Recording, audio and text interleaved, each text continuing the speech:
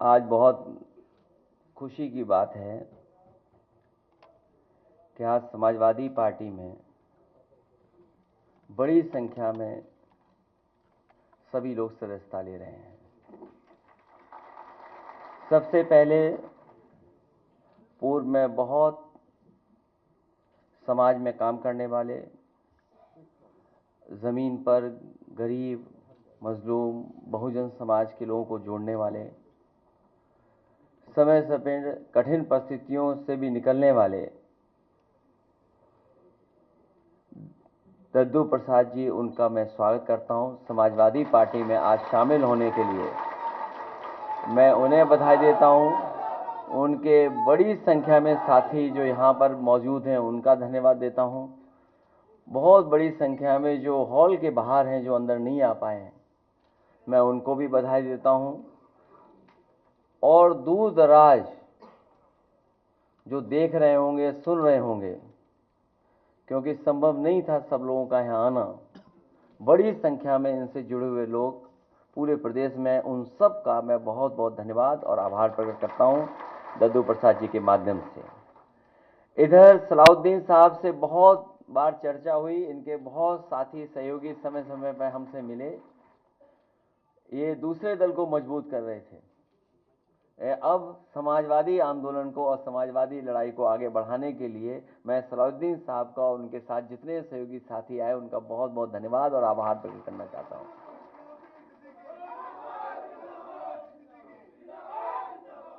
श्री देव रंजन नागर जी मेरे साथ पहले से जुड़े हैं और पार्टी के सिद्धांतों को, कार्यक्रमों को ठीक तरीके से समझते हैं।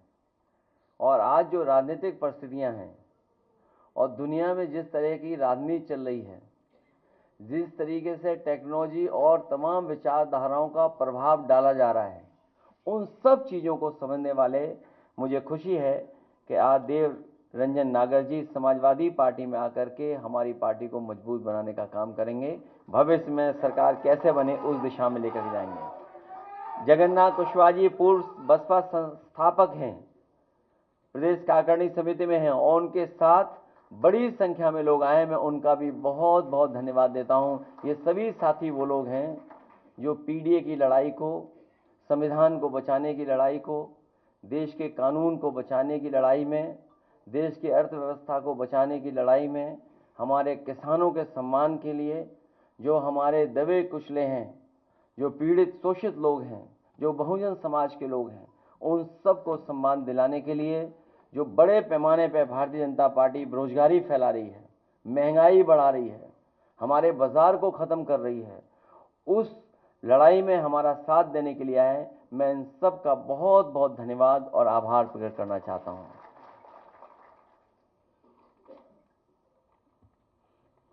इसके साथ साथ हमने और आपने एक बहुत ही समय समय पर एक बहुत बड़ी योजना के बारे में सरकारी प्रचार सुना होगा और देखा है हम लोगों ने। भारतीय जनता पार्टी के लोग कभी नहीं थकते अपनी योजनाओं को बताने में। आज एक बहुत महत्वपूर्ण योजना, मुद्रा योजना, उसके लगभग 10 साल पूरे हो रहे हैं और 10 साल में इस योजना ने कोई खास ठोस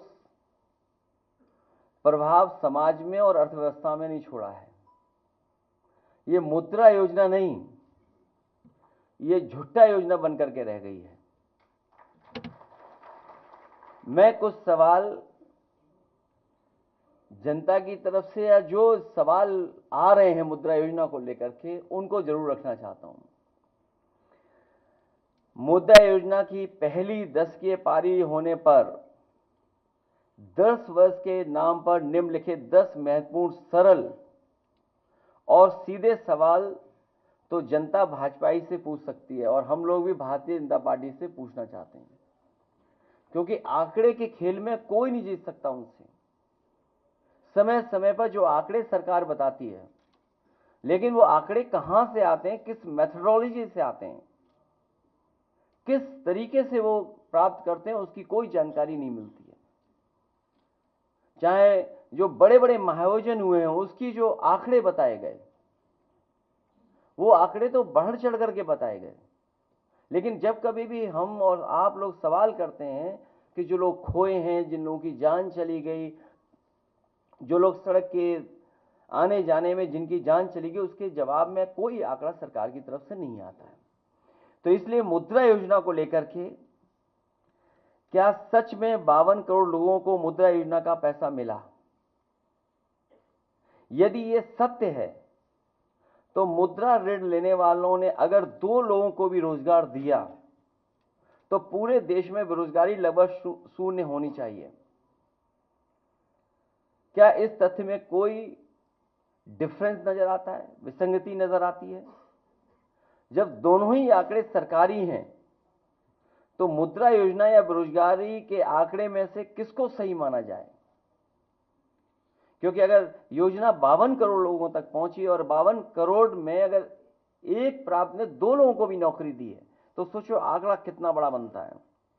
मुद्रा योजना में लोन लेने के रूप में बांटा 33 लाख करोड़ रुपया किसके खाते में गया है?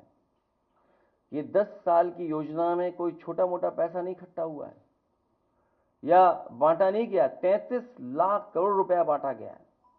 क्या इन खातों की कभी जांच परख या लेखा परीक्षण या कहीं ऑडिट हुआ है? क्या इनके द्वारा समर्थित या शुरू हुए उपक्रमों में कभी लाभ कमाया और दिखाया गया हो? क्या सरकार को इनसे कभी इनकम टैक्स प्राप्त हुआ, और हुआ होगा तो कितना हुआ होगा? क्या इनमें से किसी ने जीएसटी का रजिस्ट्रेशन करवाया?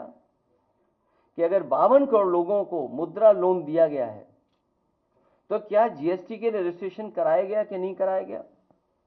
इनसे कुल कितना जीएसटी प्राप्त हुआ? बैंकों को मुद्रा योजना के वितरण पर हुए कुल खर्च और इससे मिले कुल ब्याज के बीच क्या कुछ लाभ हुआ, या ये योजना कुछ अपने लोगों को बैंकों के खजाने से पैसा पहुंचाने का माध्यम मात्र बनकर रह गई है? जवाब जुमलाई सरकार देगी या बैंक? ये जो 33 लाख करोड़ और 52 करोड़ लोगों को पहुंचाया गया इससे लोन का, तो आखिरकार जवाब कौन देगा, सरकार देगी या बैंक देगी? ये बातें मैं इसलिए कर रहा हूं क्योंकि भारतीय जनता पार्टी अपनी नाकामी छिपाने के लिए बहुत सारे फैसले लेती है। अपनी हर योजना की नाकामी छिपाने के लिए कम्युनल रास्ता अपना रही है, कॉन्स्टिट्यूशन को खत्म कर रही है, लोकतंत्र की परवाह नहीं कर रही है, कानून की परवाह नहीं कर रही है। और एक बात और मैं कहना चाहता हूं कि अगर राम जी या सुमन जी के साथ कोई घटना होती है या समाजवादी पार्टी के नेता के ऊपर किसी तरह की कोई घटना होती है तो उसके लिए जिम्मेदार कोई दूसरा नहीं, मुख्यमंत्री खुद जिम्मेदार होंगे, क्योंकि मुख्यमंत्री खुद उस संगठन पे हाथ रखे हुए हैं। जितने भी लोग उसमें दिखाई दे रहे हैं, हालांकि जाति की बात नहीं करनी चाहिए, जातियों की बातें समाजवादी लोग नहीं करते हैं, लेकिन कहीं ना कहीं जाति कनेक्शन भी उन्हीं का उनसे दिखाई देता है। क्योंकि पकड़े कौन, करने वाला वही, पकड़ने वाला भी वही, रिपोर्ट लिखाने वाले अगर जाएं तो सामने वही दिखते हैं। इसलिए अगर कहीं कोई घटना हो रही है, अगर किसी को किसी तरह की अपमान भी होता है तो कि जिम्मेदार अगर कोई है तो मुख्यमंत्री खुद जिम्मेदार हैं, क्योंकि वही बढ़ावा दे रहे हैं। जिस तरीके से हिटलर के जमाने में ट्रूपर्स होते थे, उसी तरीके से इन्होंने एक हिडन अंडरग्राउंड फौज तैयार की है जो समय समय पर लोगों को अपमानित कर रही है, थानों में अपमानित कर रही है, तहसील में अपमानित कर रही है, पैसे लूटने में सबसे ज्यादा आगे दिखाई दे रहे हैं। जो लोग कहते थे कि यहां जीरो टॉलरेंस है करप्शन के लिए, इनका खुद अधिकारी पकड़ा गया और अगर वो कहीं छिपा नहीं है, वो मुख्यमंत्री आवास में ही छिपा होगा। मैं एक बार फिर दद्दू प्रसाद जी, देवरंजन नागर जी और सलाउद्दीन साहब से लेकर के जगन्नाथ कुशवाहा जी, जितने भी उनके सहयोगी साथी आए हैं, मैं उन सब का अपनी तरफ से, पार्टी की तरफ से बहुत बहुत धन्यवाद देता हूं, स्वागत करता हूं, बधाई देता हूं और इस उम्मीद के साथ कि आने वाले समय में जो पीडीए का रास्ता है, पीडीए का संघर्ष है, उसको और मजबूत बनाने का काम करेंगे।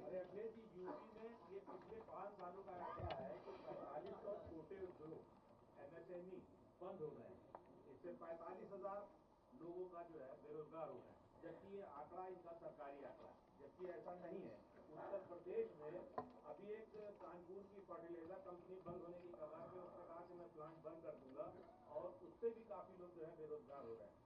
बेरोजगारी की इंतहा है प्रदेश में कि सरकार जो है इस पर तवज्जो न देके अपने दूसरे मुद्दों में भटका देती है। जो आप सवाल पूछ रहे हैं एमएसएमई का, ये मुद्रा लोन भी कहीं ना कहीं उन्हीं कारोबारियों के पास पहुंचा होगा। सवाल तो सबसे बड़ा यही है कि अगर 33 लाख करोड़ पूरे देश में और उत्तर प्रदेश में सबसे बड़ा हिस्सा आया होगा और उत्तर प्रदेश में एमएसएमई सबसे बड़ी संख्या में है, यही हमारी इकोनॉमी को सपोर्ट करती है इंडस्ट्री, और यही सबसे ज्यादा रोजगार और नौकरी देने का काम करती हैं। अगर उसी इंस्टीट्यूशन को ये खत्म कर रहे हैं और इनकी गलत नीतियों के कारण हो रही हैं।